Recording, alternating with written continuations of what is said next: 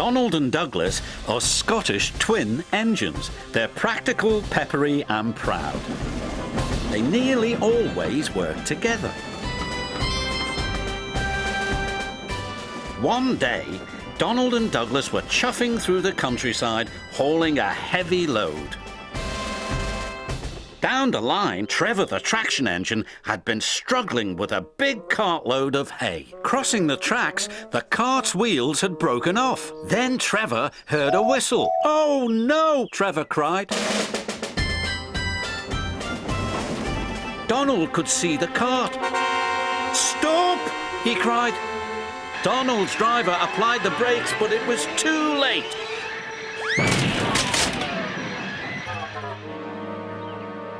Luckily, no one was hurt. "Stop being pushy," Donald snapped. "Don't call me pushy," Douglas snapped back.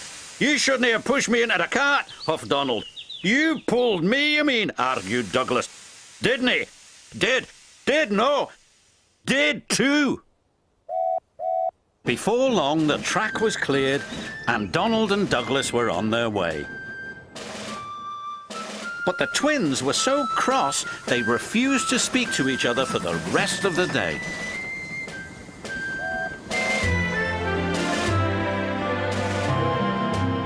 The next day, the Fat Controller needed an engine to help Duck at the smelter's yards. "May I go, sir?"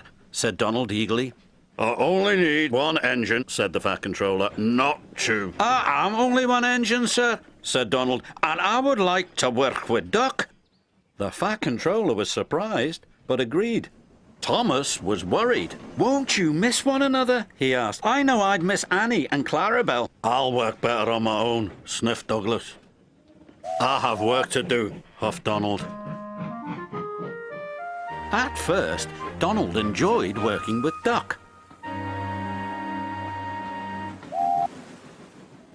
Then things started to go wrong. "Did you shunt those trucks onto the other line?" Donald asked. "You said you wanted them on the other line," Duck replied. "No, that other line.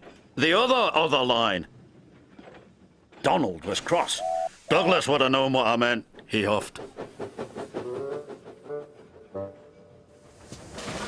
Douglas was working on his own.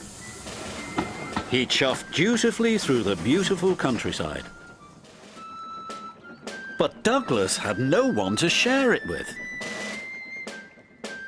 Although he tried not to, he was beginning to miss his twin.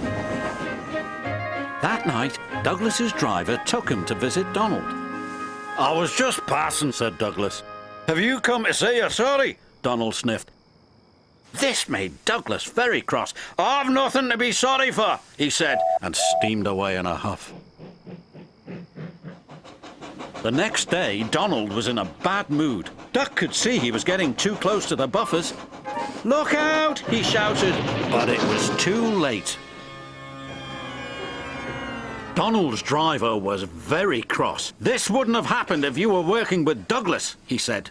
Donald knew he was right, and Duck knew he couldn't pull Donald back onto the rails. So he went for help. Douglas was sadly finishing his work as Duck steamed into the depot. "Donald's in trouble," said Duck.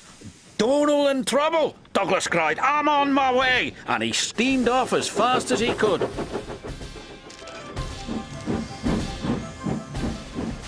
Douglas struggled and struggled. He finally pulled his twin gently back onto the tracks. He was relieved Donald wasn't hurt. "Thank you," Donald said, "and I'm sorry." "No, I'm sorry," said Douglas. "I'm sorry," insisted Donald. "You don't have to have a row about who's sorry," chuckled Duck. "Just be glad you're back together." And they were.